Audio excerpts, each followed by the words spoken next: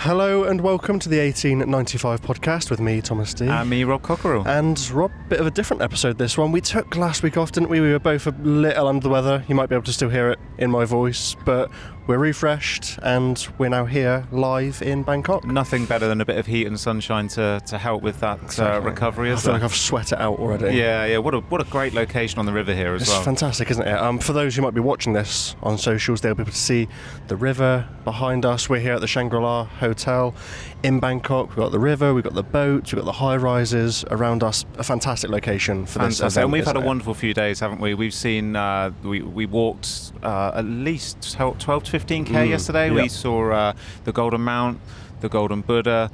Lots of fantastic ornate shrines and structures, and of course we had dinner on a riverboat cruise last night. Yes, on this river behind us, and we could see the hotel, which is just behind the camera there.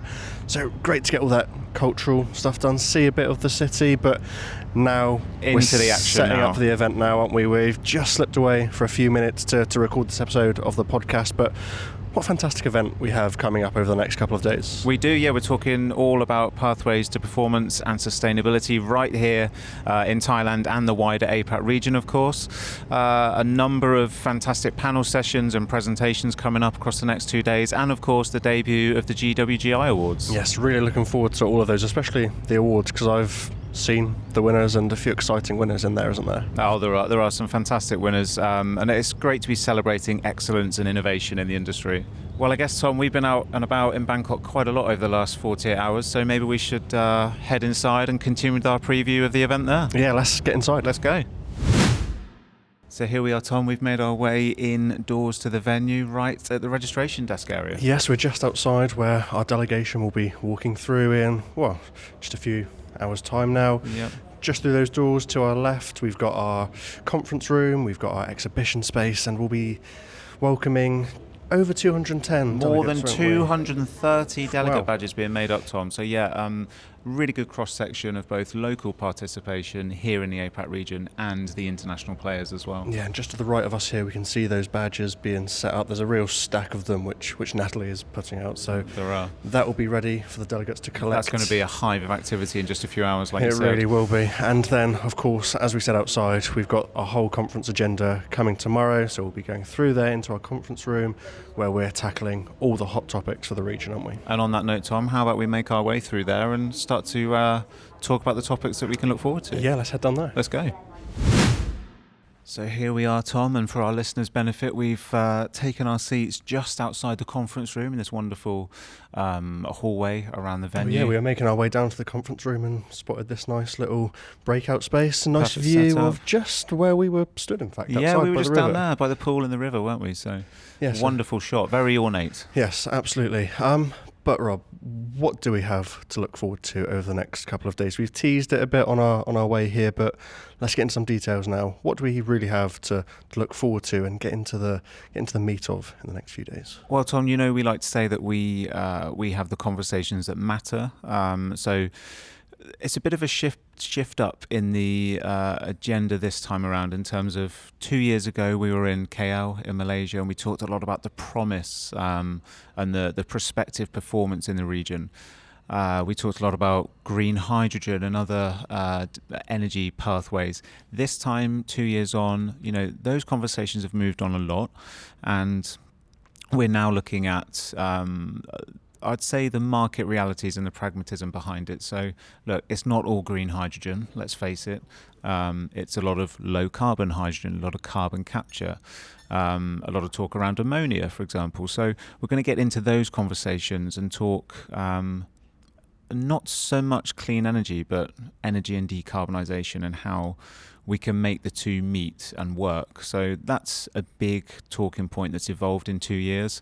Of course, we're going to get into all of the conversations around the industrial gas markets in the region, how they're performing, where the kind of growth hotspots are. And then as the event evolves, we'll get into some quite gritty, interesting panel discussions around the Chinese and Indian markets in particular, because they are rampant, really taking off, and they deserve a lot of conversation. I was going to bring up those panel discussions because, as we've said on this podcast before, I think they're one of your favourite things to moderate and be a part of. And on the agenda, we have those two fantastic panel discussions with great lineup as well. A lot of speakers who I think will be very candid in their views, but also, be fair in their views as well. Yeah, absolutely. I mean, we've got esteemed industrial gas consultants. We've got very active players within the industry. We also have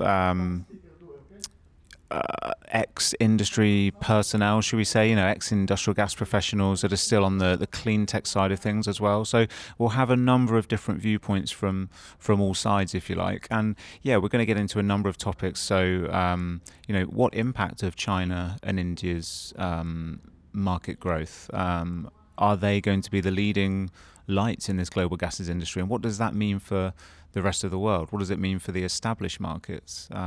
Will we see China and India leading on innovation, leading on decarbonisation?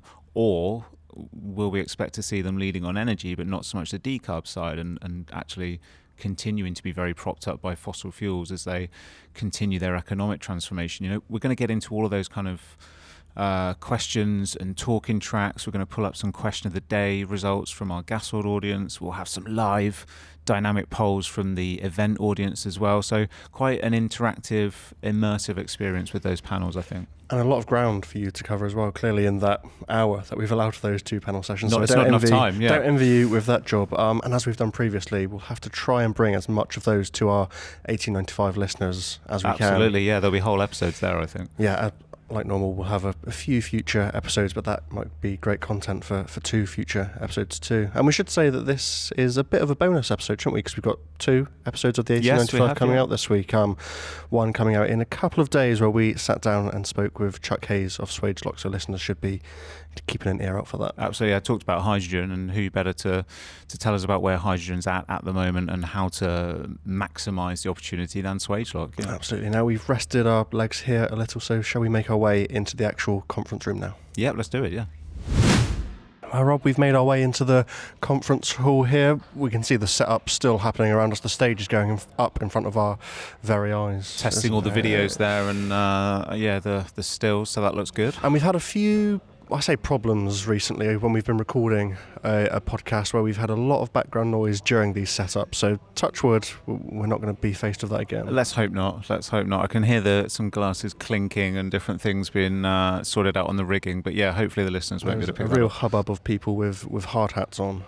So let's not disturb them, and let's get into some of the agenda activity which is coming up over the next couple of days. We touched on the panel sessions there. Yep, and some very kind of unscripted conversations that will be happening. But of course, we will begin with an opening keynote from Mesa Group's Anthony Grandpierre, who's responsible for the Southeast Asia region, based actually in Thailand. He splits his time between Vietnam and Thailand, so that's quite relevant to this location and this agenda. And we'll have our own colleague Aidan Sparrowhawk, Data Intelligence Director for GWGI, giving the first kind of scene-setting presentation of the day when he talks about APAC industrial gas markets. Yes, he'll be giving an update on that market, and he'll be using some of the GWGI intelligence data during that presentation. So what sort of things do you think that we can expect to come out of that? Well, I think he's going to give us a whistle-stop tour of the APAC markets. As I said before, where the growth hotspots are, how the markets are performing, any differences in the last 2 years since we last kind of picked over them. I do know that he's going to home in on 3 specific markets. One will be China, one will be India, of course, and the other will be the Thai industrial gases market. So I'm particularly looking forward to moderating Aidan, if you like, and seeing those insights on stage myself, and then getting into any questions with him. And you say China there will be one of the pillars that he discusses. After him, we have Yuki Yu of Energy Iceberg, who's going to be discussing delivering hydrogen and really looking at that Chinese market, isn't she? She is, and she was fantastic, wasn't she, Tom, on the webinar we had, I don't know, 6 or 8 weeks ago now. We knew then that we had to get her back for this event and to see her in person, because her insights on that whole China green hydrogen market, overall hydrogen market, and to an extent clean energy in China was fantastic. Those insights were great, so we had to bring her in for that. Yeah, that wealth of insight and some data which is harder for us to obtain. Yes. I think it's fair to say she's able to share all of that, so really looking forward to her getting up on stage. Really tapping into that local knowledge, yeah. Yeah. And then next on day 2, we've got your session. My session, yeah. We've got quite a diverse session here where we'll be looking at energy, sustainability and industrial gases. A few of those topics we discussed while we were on the way into this conference hall there. And first off, we'll be talking all things cryogenic equipment, and Alpha Laval Switzerland are joining us for that. Yeah, what I love about this session, Tom, that you've got to moderate here is you've got 4 speakers from 4 very different companies or backgrounds, and this really ties into that whole part of the theme of the event around performance and almost the pragmatism. It's, you're going to have a lot of tech talks here on how those technologies actually deliver the growth that we're talking about from all sides. So I think that's a really exciting session. And like you said, it's not just clean energy, it's about that energy transition, because we'll be discussing air purifiers, we're discussing the LNG pathway, energy transition and CCUS, so much ground to cover there with, like you say, 4 fantastic speakers and a very diverse panel. Yeah, I mean, those names you've got there, Alpha Laval, Honeywell, CIMC Enric and Sieb McKinney and Piante, again, great diversified voices. So yeah, I'd be really looking forward to that one, and I thankfully I get to sit in the audience and watch you chair it. Yeah, excited for that. And then rounding off day 1, we've spoken about the panel session, so we won't go too much further into that. But rounding off the first day, we've got the awards, don't we? And we'll discuss that a little bit more at the end of this episode. Yes, and I know who some of those award winners and runners-up are now, Tom, of course. You know some of them you'll be hosting with me for part of the evening. So, yeah, really looking forward to that. And as we said before, celebrating and recognising excellence in the industry. Also picking out the rising stars, those movers and shakers that are emerging in the industry. And, of course, we'll close that awards ceremony with very much like the flagship award, the Lifetime Achievement Award. So, really excited for that. And something a bit different for gasworld as well. Yeah, obviously the first time we've done this, so excited to see everyone's reaction and excited for those getting the awards too. Yeah, and we've had people flying in for it, which is fantastic. Almost couldn't have imagined that when we launched the awards, but people are flying in just for the awards here in Bangkok, so that's fantastic. So that will be the awards on day 1. The final day of the event, again, we've got 2 presentations, another panel session, starting the day with specialty gases and supply, a topic we've of course covered at our specialty gases summit earlier this year, touching it again during our helium event, and now we're once again shining the spotlight on specialty gases. Yeah, and we're in a great place for those specialty gas conversations. This is a real growth engine, particularly think China, Taiwan, South Korea. There's some great electronics hubs there. A lot of chip manufacture and a fantastic place to be discussing specialty gases. And again, you've got a really good panel of 3 speakers in that session as well. You don't get much more knowledgeable on spec gases in APAC than Andy Tuan from Lynx Consulting. Yes, and he's going to be opening that session, giving us that real helicopter view of the specialty gases market and an update on the APAC region. So really looking forward to hearing from him, and then following on from that with representation from Inox Air Products and PDC Machines.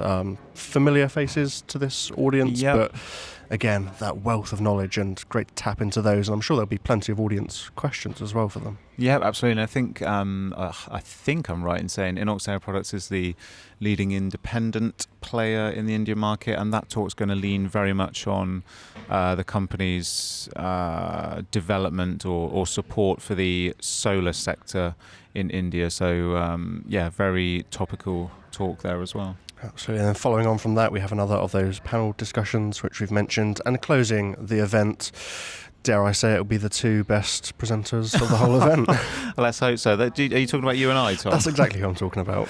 A change to the original running order. Unfortunately, we couldn't make the medical oxygen panel work in the end, beyond our control, in fact. As I understand it, that's due to the challenged funding environment at the moment, which kind of sums up some of the challenges underpinning the medical oxygen supply chain in certain regions. A topic which we discussed on a webinar recently. Yes, we did, yeah. And we try and keep it in full view as well, because it's such a critical topic, of course, and that whole healthcare sphere. So, yeah, we couldn't make that happen. We've had to make a last-minute change to the agenda. So you and I will be discussing GWGI Risk Watch and some of those risk factors that we've flagged across 2025, of course. Yeah, so we've titled this the threats and the opportunities in industrial gases, and we'll be highlighting, well, we've released these Risk Watch reports already. 3 out of 4, yep. Listeners can go and read those. If you're subscribed to Gasworld, then they're accessible on the Gasworld website, but we've looked at helium. Will there be a helium shortage in 5.0? Q1, we Yep. looked at CO2 in Q3. Yep, CO2 substitution, yeah. And we also looked at PFAS as well. So 3 really different subjects, but all underpinned by some similar threats as well. That's we went through that slide deck, didn't we, and prepared that. And I think, as we discovered, there's a lot of cross-cutting themes there. A lot of the same points keep coming up. And the whole point of Risk Watch is to try and flag these potential risk factors in the market and the supply chains that maybe go under the radar a little bit. Some of them will be more overt and obvious, some of them less so. And yeah, we've profiled those. They've all got risk scores attached, and we're going to give a bit of a light dive into those, aren't we, across sort of 20 to 30 minutes in that session. Yeah, I mean, they're quite meaty documents, I think it's fair to say, so we'll cover as much ground as we can in that hour that we've been allowed on stage. And you say these are quarterly reports. I'm not sure how much we've actually spoken about Risk Watch on the podcast before, but we do have one coming up. Well, it's Q4 now. That'll be coming out in the coming weeks, won't it? Yeah, before the year is out, we'll have that one, and that one will lean in on the topic we've already discussed, which is those China and India industrial gas markets, and essentially what impact of a whole new actor on the global industrial gas stage. So, yeah, we'll be diving into that. Key elements of that report will, of course, come from this event and all of our learnings. So, yeah, lots to look forward to. I do think that's, we had to make that last-minute change to the agenda, but I do think it's a good way to close the event. We'll have talked a lot about the promise and the potential. It's only fair that we get equal measure of the challenges and the risks or threats that also face the sector. Yeah, and as you said, we've worked on the slide deck for that, and there's some great information that we are able to share from these reports. And for those who haven't read the reports, there's some fantastic data in there which we've lent on many industry experts as well as our own team as well, so well worth reading those as well. Yeah, and we do, of course, doff our cap to the whole medical oxygen side of things as well. We'll get into some industry sentiment via our question of the day polls and just cover that briefly as part of that, won't we?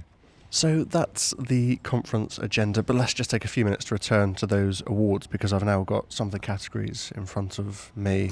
And the first one that we'll be handing out is the Digital Innovation and Operations Management Award. Yeah, I mean, digitization is increasingly critical to the industry, of course, making huge advances. So this is a good award to reflect that and to, I guess, reflect some of the early onboarders of that, yeah. And we'll also be handing out another innovation award, and this time in distribution as well. Yeah, of course. I mean, a key part of the gases industry is, of course, how you move it, how you ship it, how you truck it.